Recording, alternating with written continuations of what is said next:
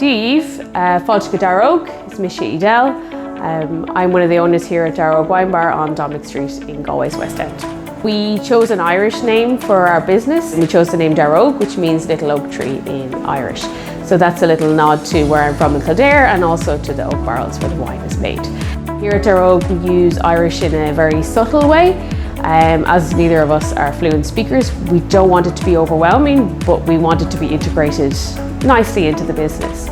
So we have our fáilte outside, we use our blackboard, we have Irish on our wine menu and scattered out throughout various places of the wine bar.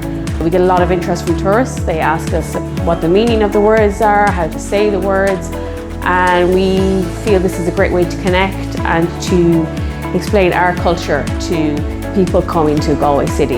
We're very proud to be part of Galway as a bilingual city. We feel it helps us as a business here to stand out. This is our second year entering the Gradam.